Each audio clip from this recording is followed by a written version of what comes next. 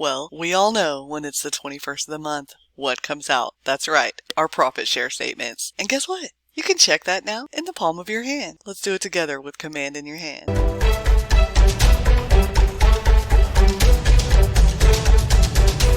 Hey everybody, it's your favorite tech trainer, Bren Brewer, and you guessed it, we are in the Command app and we're going to check our profit share. As always, you can get that app on the Apple App Store or the Google Play Store if you're on Android. And so today we're just going to go in and we are going to click on the profit share widget. It's at the very bottom left. We're just going to click on it. It's going to open up our profit share statement, and you can see if you're in January or February last year, you can see your 2022 totals and your lifetime totals, and you can see how many participants you have in your profit share in your downline. So I hope this helps. And now on the 21st, you just pop out your phone, check your profit share statement on your app. Let me know in the comments below how much you love this feature, because I know I do.